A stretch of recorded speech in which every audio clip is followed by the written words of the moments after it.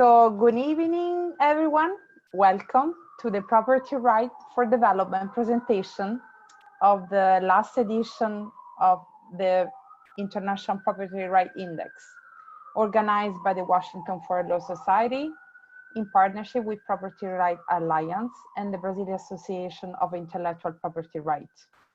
I'm Juliana Canet, the president of the Washington Foreign Law Society, founded in 1952, to promote the knowledge and understanding of international legal matter, comparative legal issues, and foreign law.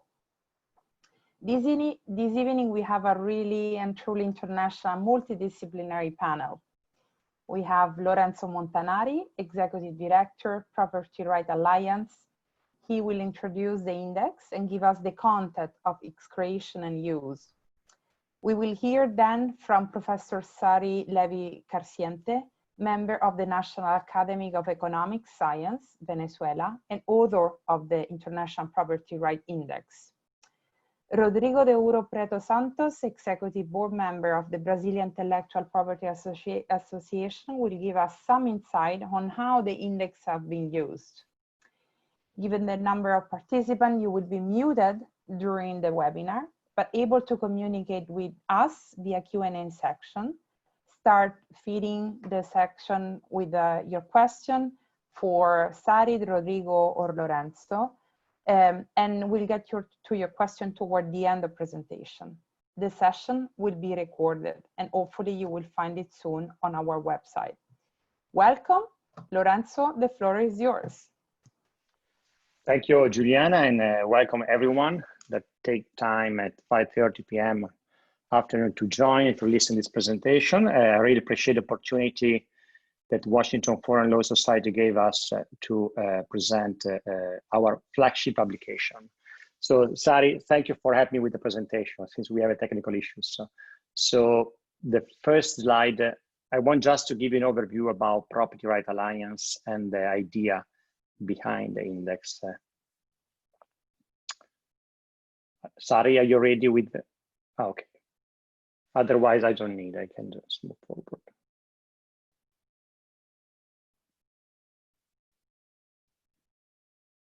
Okay, don't worry. So basically, Property Right Alliance was founded in 2005 with the main goal to promote and defend rule of law, property right, intellectual property right.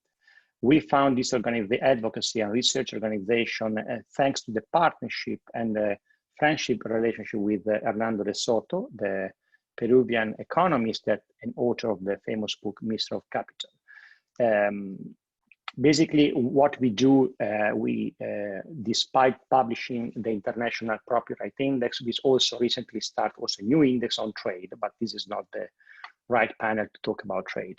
We organize several international policy conference, international coalition letter every year. For example, on April 26, we joined the WIPO World IP Day with the coalition letter, and this year we reached more than 85 think tanks all over the world.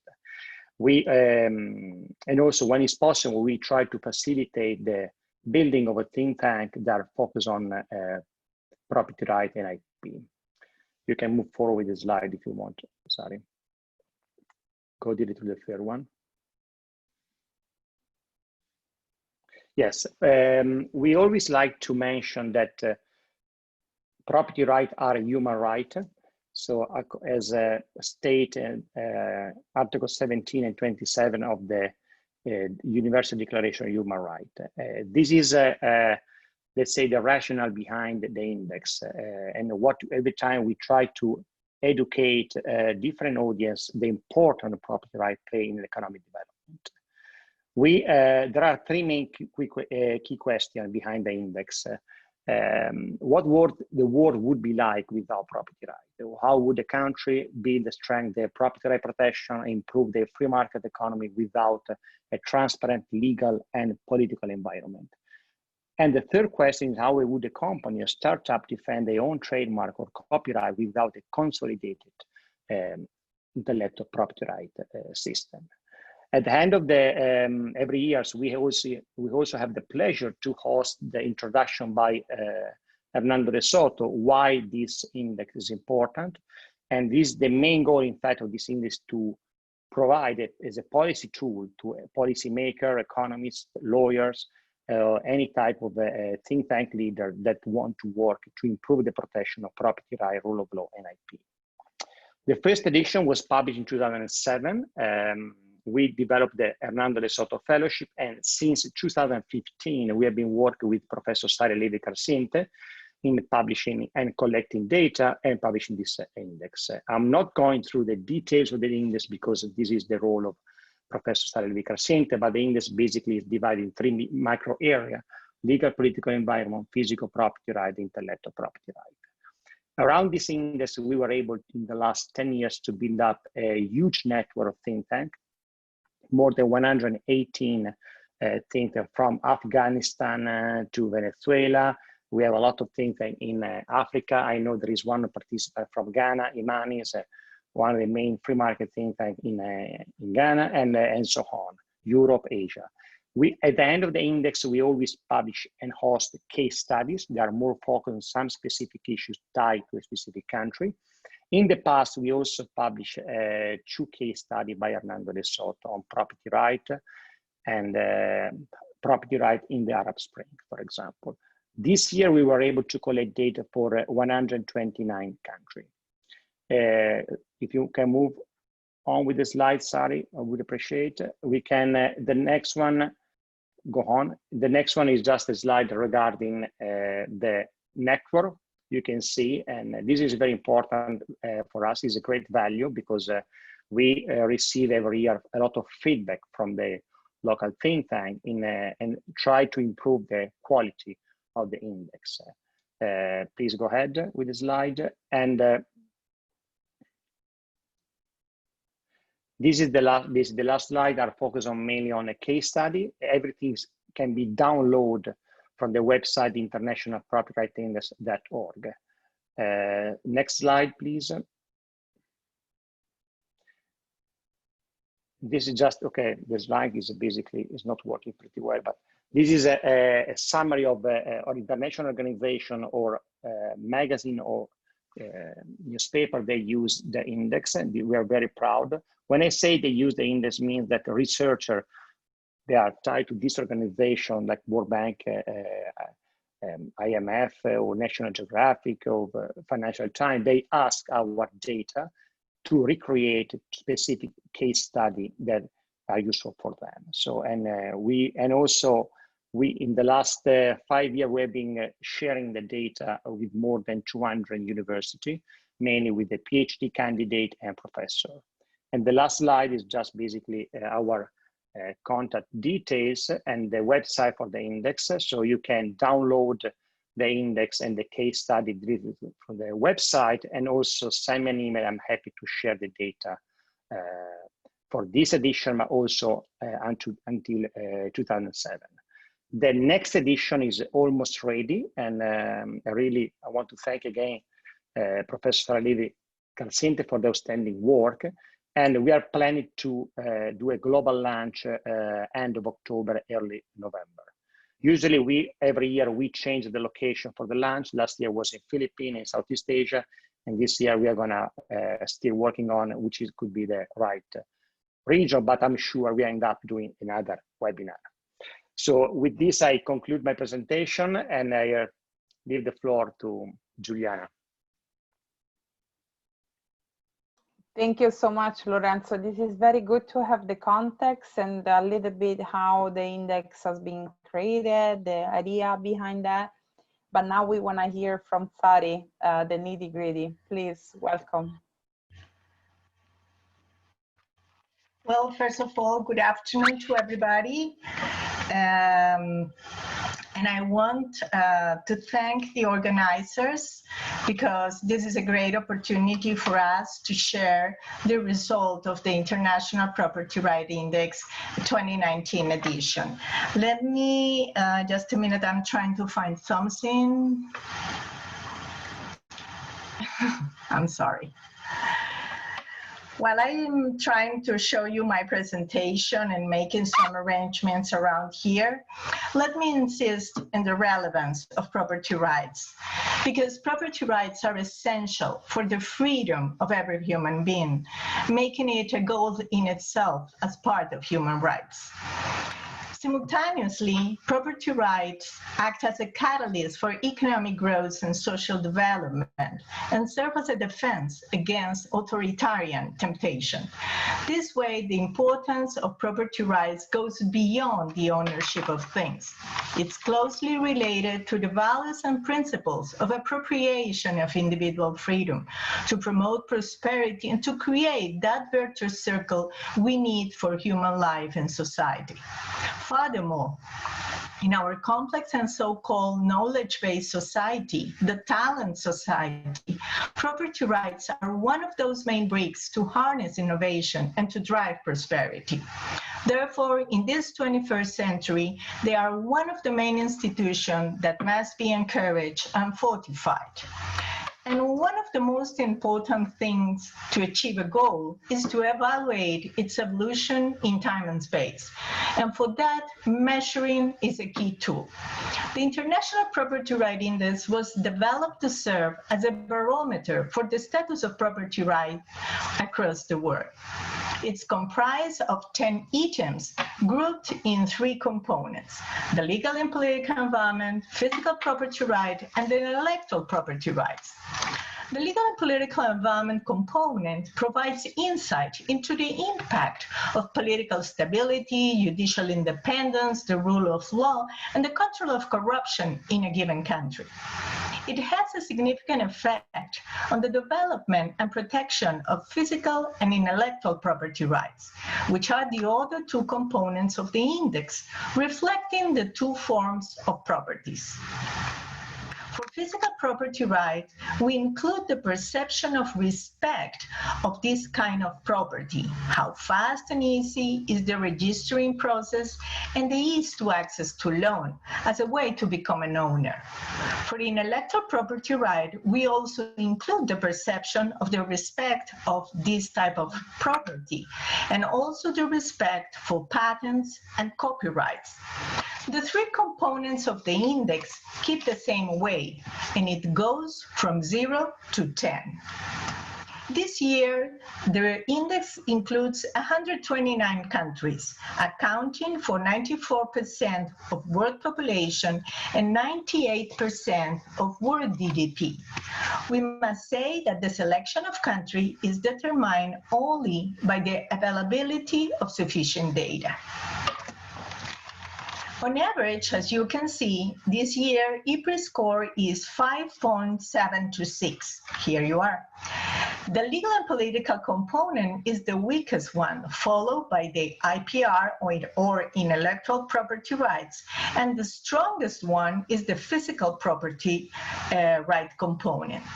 This year, we record a slight decrease of the IPRI, mainly because of one of its components, the legal and political environment. However, when we see the maximum value of the IPRI score this year is higher than on previous one, meaning that this decline may not be, let's say, serious. Of course, we must follow it up. And here you can see all the 129 countries line up by their IPRI score. Now, let's focus a little bit more on the 2 extremes of our distribution. Here you can see that Finland ranks first in the IPRI score, as well as in the intellectual property right component, in which it's followed by the United States. Switzerland ranks second, followed by New Zealand, that also leads the legal and political environment component.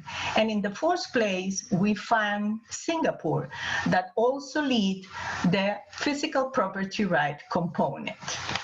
On the other extreme of the distribution, we can find Republic of Yemen, Haiti, and the Bolivarian Republic of Venezuela, all with scores below 3. The other 12 countries of this bottom 15 show scores between 3 and 4. It has to be noticed that the bottom countries show a particular weakness in the legal and political environment component. A first hint to be given to policymakers, because here is where to focus their efforts. And as we know, countries show different demographic density. So we pondered the index by population, and this reduced the score to 5.7086. And this is because almost half of the population lives in 30 countries with a middle range of our index. So here, a second tip, we have to focus on fostering property rights system in densely populated countries, because what we want to promote is the rights for citizens. And we also weighted the index by a gender equality component using 10 items of the OECD Gender, Institution, and Development Database, with scores, rank, and group countries for a complete analysis that you can download reading our report. In this case, we see that some countries show low gender equality component, but high IPRI scores. This is the case of emerging and developing Asia or Middle East and North Africa countries, while the contrary is shown by Latin America or Commonwealth of Independent States. And this is because cultural determinants are relevant to the topic of gender equality. Given also the extensive literature that records on the interactions between property rights and the quality of life of citizens, we ran correlation with 18 indices that report on economic outcomes, institutions, and innovation. Results show a very strong correlation, a very strong association with all of them, and correlations even over 0.9 for global entrepreneurship, corruption perception index, institutional quality index, and global biotech innovation. Even very close to 0.9 is the one with networked readiness index. Correlation does not mean causation. However, this is a clear evidence of the virtuous circle of which property rights are a relevant part. And finally, we ran a cluster analysis, which grouped our countries in 3 groups of cluster. Cluster 1 here in red, with 62 countries, cluster 2 in green with 42 countries, and cluster 3 in blue with 25 countries. We discovered that each group represents more than a grouping directly associated with property rights. They are groups with common characteristics within them and with differences among the group, confirming the consistency of our index and, of course, the relevance of property rights in structuring societies. And just like a final conclusion, we can say that our results can be used as guidelines by policymakers in different countries, as well as in multilateral organizations or economic and regional integration agreements to which they belong, improving their policies aimed to promoting development, defining it as a multidimensional and synergistic project. At the same time, it's a relevant tool for proactive entrepreneurs, business persons, and citizens to promote development and improve our quality of life. Let me show some examples of analysis we can make our index data that, as you know, you can ask Lorenzo for all of it to share with you. You can, for example, want to see that how is a country in a particular year. Here I'm showing you the case of South Africa for this year, and you can see the IPRI index, the 3 components, and the 10 items included in the index, so you can see which element you have more strength and the other places you have a long way to improve. Or maybe you want to see the evolution of the index in time, and this is the case of Malaysia since 2007 to 2019, the index and the components. Or maybe you want to check not only the component but each of the items. Here is the case of space, when you can see some of them very well placed and others much weaker. And also you can see a particular component. This is the case of Mexico. And you can see which element are pulling down this component. In this case, is control of corruption and judicial independence. Or you want to see how your country is compared to in your region. And here you have Singapore leading among Asian countries. Or you want to compare 3 countries of a region. Here you have Mexico, Brazil, or Argentina, the 3 of them of Latin America. Or finally, you want to see the performance of a country with the group it belongs. This is the case of the United States of America, which belongs, of course, to North America, advanced economy, high-income countries, OECD, and the NAFTA. As you may see, of course, the United States outperform all its groups. And, well, this is a kind of example of what you can do with our data. Please do not hesitate to contact Lorenzo to give you all the to show you all the, to send you all the data, so we can go on working together and learning about the research and the use you do to our index. Thank you very much. Thank you, Sari. Very interesting. Before giving the floor to Rodrigo, please, I would like to invite all the attendees to start populating our Q&A. We have a really great richness of knowledge here present. The panel is at your disposal, so please don't be shy. Ask your question before it's too late and we have to wrap up. Rodrigo, what is your experience in working with the index, and especially from the point of view of the association? Good evening to everyone. Juliana, Sari, and Lorenzo. I'd like, first of all, to thank the host for the invitation and the opportunity for the Brazilian IP Association, ABPI, to be here and to speak to such a distinguished crowd. It's not the first time that I attend one of these sessions, usually physically, with Lorenzo doing the presentation.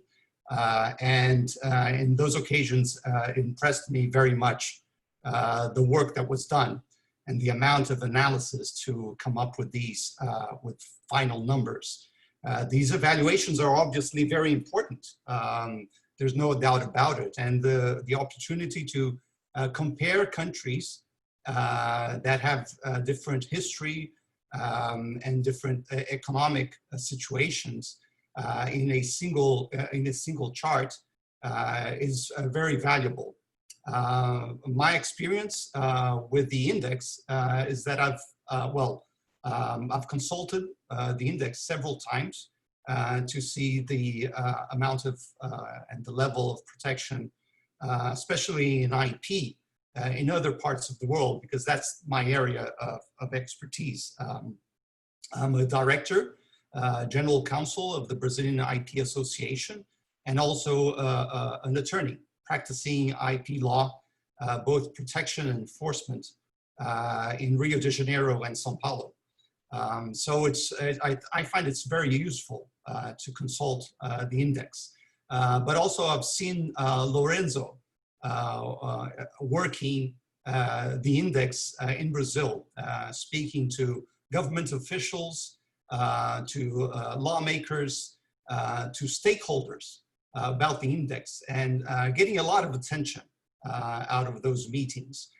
So I can tell everyone, I can serve as a witness to everyone that the index truly presents unique information that is very valuable when measuring the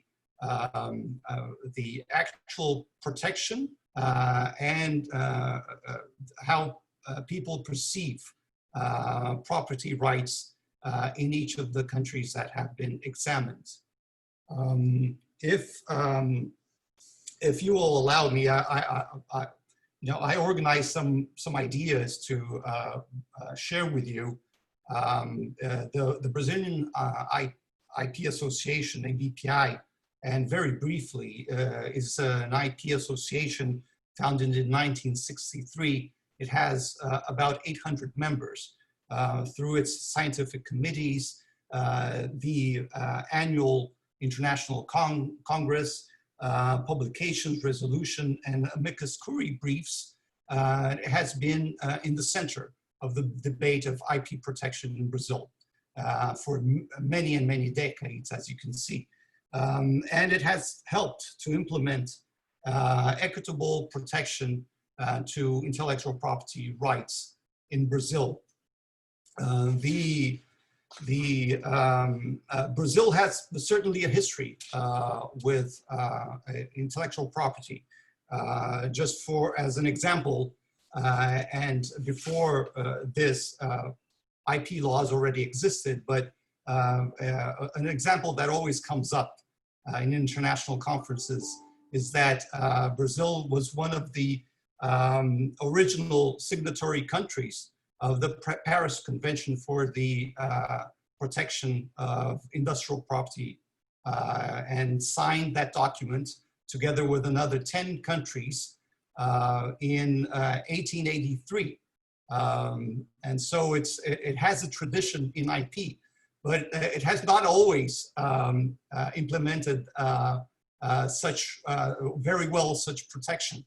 And that's why sometimes it's perceived as a country that lacks maybe interest and proper application of its laws and functioning of its system, be it at the border control or the judiciary. And the index reflects this. There has been some advances. For example, I noticed here in the index that this year we come out well rated in patent protection. And there's a reason for that. First of all, and historically, for over 50 years, Brazil didn't grant protection to pharmaceutical patents, and only did so again starting in 1996 with the new industrial property law, new of course at the time.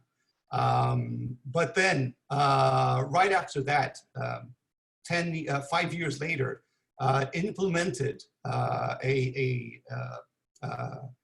amendment to the industrial property law requiring the Brazilian Health Agency to review patent applications for pharmaceutical goods and processes before the patent office would grant its decision. So of course, that created a tremendous backlog in patent issuance of patents in Brazil for pharmaceutical products. But that was resolved. In 2017 when the health agency and Visa and the patent office signed an agreement. And so the health agency will only consider the health issues embedded in those patent applications, while the patent office will then go on with its patentability analysis, which Visa, unfortunately, thought it was hers to do for so many years, for more than 15 years. So having resolved that a few years ago, 3 years ago, we see that the perception of patent protection has increased for Brazil. Brazil, of course, has had many setbacks. The problem with Anvisa's interference wasn't the first one. I can also cite Patent and Trademark Office interference and review in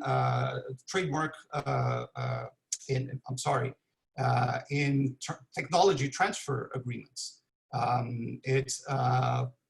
It interfered in the negotiations. And when you submitted an agreement for recordal at the Patent and Trademark Office, the examiner would review the clauses that were negotiated by the private parties.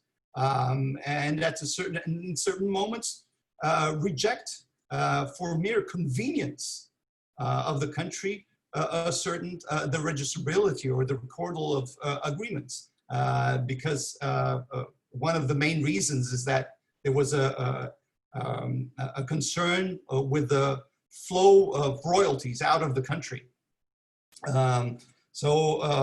That's another negative point in our history towards protection and applicability of intellectual property laws in Brazil. But that was also resolved by coincidence in 2017, where a new act of the Patent Office revoked all interferences. And now the examination of contracts of technology transfer agreements are concluded in less than 30 days. So there are advances. There have been many setbacks, but there are also a lot of developments that are very, very positive indeed. And apart from these corrections that I just cited here, we have other situations where the protection has really worked for intellectual property rights. For example, in the enforcement level, there have been the creation of specialized courts. The Superior Court of Justice, two specialized chambers in 1992 was implemented. The federal courts implemented specialized courts in 2001, and then at the state level in 2005, and so on. This in Rio de Janeiro, and also in São Paulo, and in the state of Rio Grande do Sul as well. So you have had benefits at those moments. Court actions, either for violation of intellectual property rights, be it patents, trademarks, copyrights, are fairly easy to be filed. Of course, a final decision may still take a while to come out, maybe 3 or 4 years. But right in the beginning of the court actions, there's a lot of ease to access judges and discuss the cases with judges. And if there's a case of emergency or urgency, better urgency, you can request an injunction. And I'll just cite an example of a client that was reluctant to use the IP system, and then came together with it. It's a company in the fashion industry.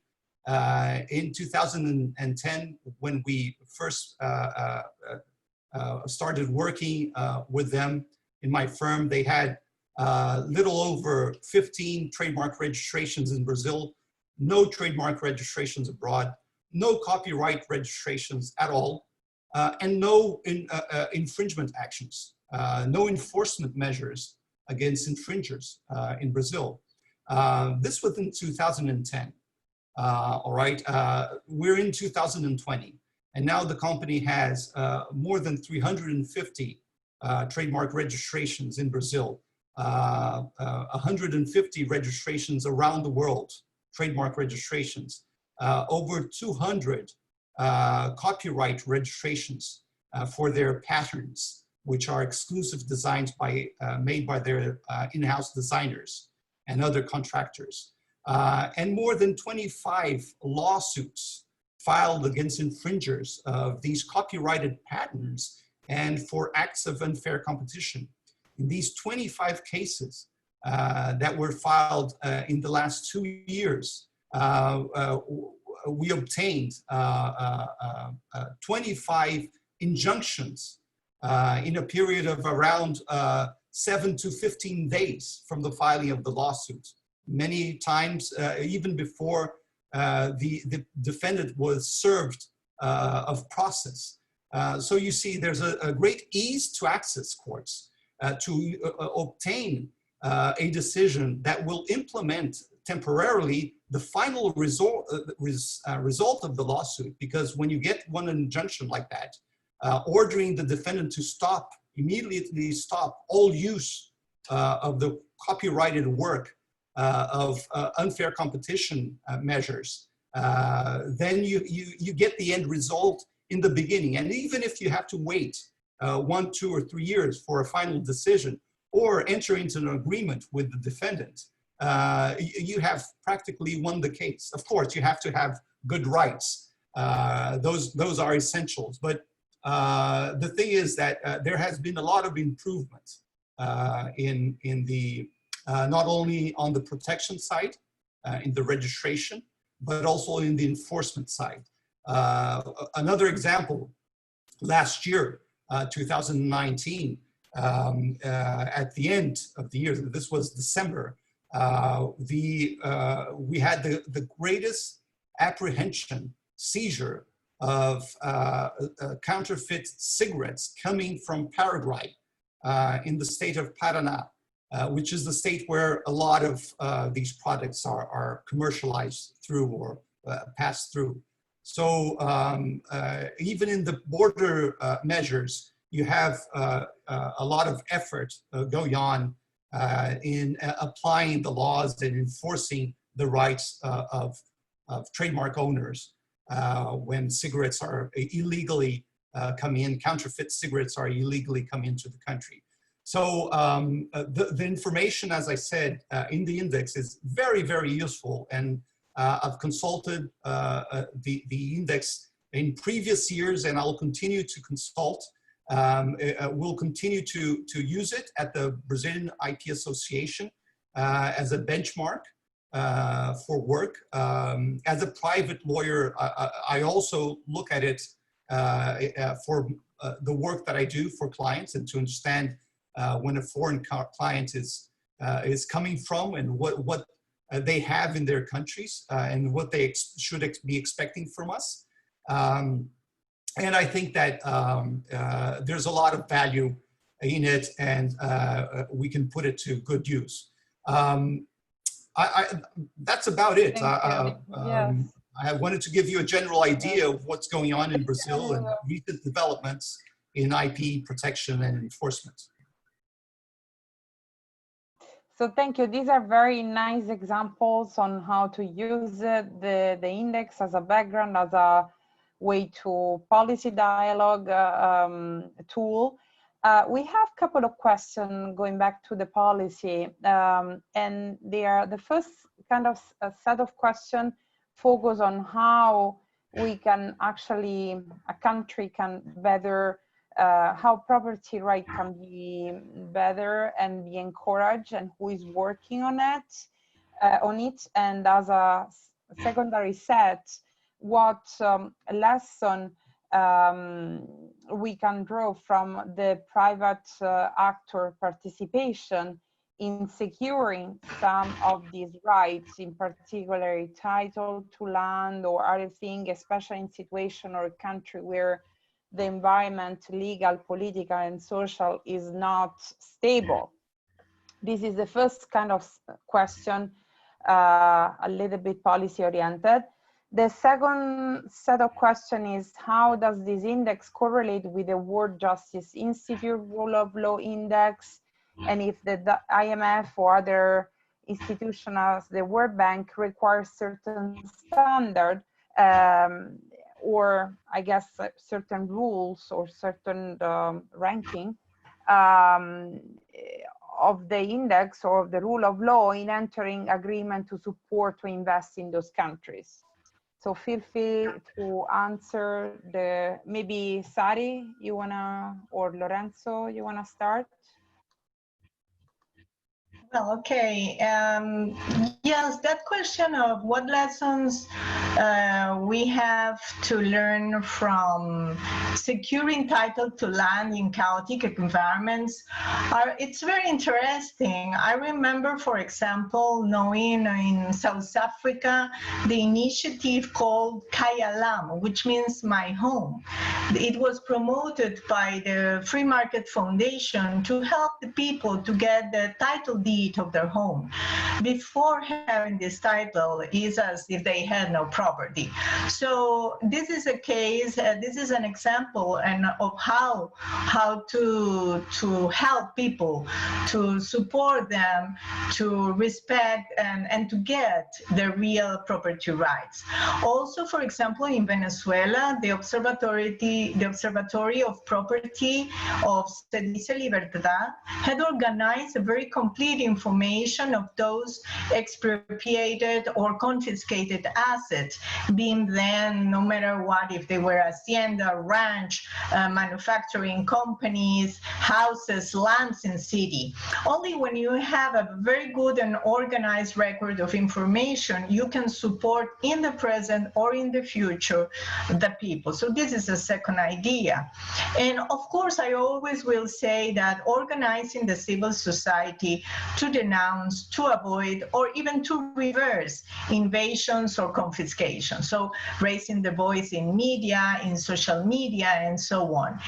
And of course, there is the other issue. We have to teach our society of the relevance of property rights. It's not about how it is secured in a law, is how we understand the relevance of property rights. Not only because we say we are human rights, it's because all the positive things it creates. So we have to focus very much, I think, in education. So those are some ideas that maybe you think could be, the person who asked would think it interesting. I don't know if Lorenzo wants to complete or say something else. Lorenzo, any experience on this? It's difficult to add something more on what already Sari said. I agree completely. I mean, one of the reasons that we consider that the first part of the first component of the index is one of the most important things, because if we don't have a strong legal political environment, it's impossible to implement any law that defending property right. Even if a specific parliament approved the best property right law ever, but there is no judicial independence, there is a huge lack of rule of law, it's impossible to defend property right. And again, how to defend property right? Most of the time, what we suggest is to start educate first the policymaker, and to switch from the narrative that property right are ideological issues. Is not ideological issues, are the backbone of any free society. Without property right, we cannot develop any, or we can even implement any type of economic development recipe or proposal, because it's the basic of everything. I mean, Hernando de Soto explained very clearly in the Ministry of Capital, and explaining why Latin American, even a post-Soviet country, have difficulty in developing, entering a free market world, free market economy, because of lack of property right. So this is more or less what I can eventually add on the study presentation. Now, let me also thank Rodrigo for the kind word on our index. It's always an honor to hear that, especially from a lawyer like him. Rodrigo, you made another question. It was about that other index of rule of of the WPJ. Yes, I mean, I don't know exactly how it is correlation because I've never run it. However, you may remember that in our first component, we have an item called rule of law. This data we take from the World Economic Forum. I don't know how is the correlation with this rule of law and that other index. We check it out, but you should not make, I mean, if those are very, very similar in their way of their results, of course you will find correlation, but that won't be very interesting. So it has to be checked really which are the difference and how it worked. I haven't run that correlation. I can share a little bit on one experience I had with other indexes going to countries trying to reform and implement legal and political reform. Of course, one powerful impact of these indexes generally is in the policy dialogue and the competition with the neighbor country and other countries that are similar condition, but maybe can attract different investors because, you know, you can see black and white on the paper what is the situation analyzed by their people, like an index does. Of course, clearly between the IP component of an index and the physical property, there is a very much difference when you work, because as you know, when you go in a country, there is a formal property right of land and other use, and then there is a customary, and this is all another scenario because you can reform the formal legal system and then you still have tradition and anything. Rodrigo, any words on the private sector contribution to these tools and instruments? How do they play a role? Well, the association, the Brazilian IP Association, also produces some scientific work, and we would be very glad to collaborate with Lorenzo in providing information to help make even more detailed analysis of what's going on in Brazil. From what I read in the report, in the current edition, it looks perfect for me, but of course we can always, coming from from the IP side, coming from an organization that is working hand in hand with the Patent and Trademark Office on the one hand, and with the courts on the other, and with very close relations, institutional relations, we can always provide some useful information, I hope. Thank you. So we are getting close to our closing time. I invite the attendees to forward their question now, or it will be too late. But if you have, we can do a last round of intervention if you want to add something before we close. Well, just to conclude. Let me just to say that maybe there is the situation we are living after this coronavirus, that we have to be at home. And what happened when this situation pop up? We all turn our gaze to where? To pharmaceutical companies, to universities, to laboratories, to give us a solution for health. And how they've been working on that, because they've been keeping these labs and keeping these people working during a long period of time, and now we can take advantage of that situation. And on the other hand, we also have taken advantage of IT technologies like this one. We are, thanks to them, we are connecting ourselves or to big trade institutions that help us for delivery. So we have to learn that everything is valuable and everything should be respected. In that case, it's not only the thing that you get, but those people who work behind the scene that you don't see, but are the ones who get the results done. And in the case of vaccines or medicines or pharmaceutical companies, you have a lot of people working day and night. So when you need it, you have it. And it's important to compensate those people when they arrive to a particular result. So for example, a vaccine or something like that. And sometimes we forget the long line of people and the long term you need to get to a small resort, but it's very useful in a particular moment. And I think that we have to think about it when we think about property rights, in particular, intellectual property rights. Lorenzo, I give you the floor. Thank you so much. No, just to conclude, Lorenzo. thank you, Sari. I mean, I completely agree with Sari. So just a very simple message. Strong intellectual property right, strong property right means innovation. So this therefore means progress.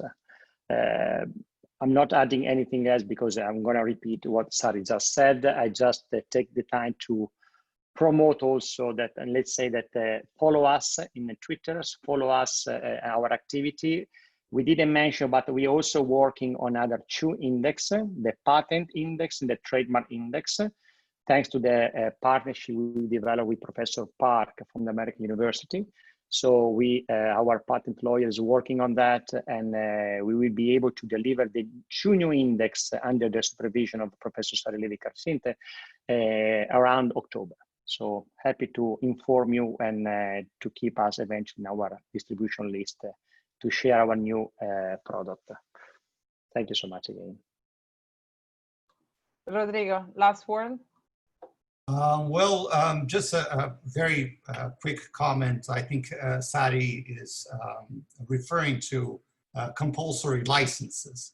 And of course, protection is the name of the game. But there are situations where a license can be imposed by the government in certain technologies when certain circumstances occur, such as a national emergency, and nobody would say that the situation is not of national emergency. But still other requirements should be in place. The company, when the company is not providing the medicine or is incapable to provide at the amounts that are necessary. But either way, the compulsory license is an institution. It's a tool that is allowed by the TRIPS agreement of the WTO, and royalty payments are still due under the compulsory license. It's an exception, of course. Nobody likes to apply it. It can create a disincentive to innovation. But the rule is there, and it uses IP. It doesn't throw away the patent, but it forces the owner of the patent to license it under certain conditions that are met. And so, but again, we're strong defenders of the intellectual property system, even in these extreme circumstances, which we hope will not need to be implemented.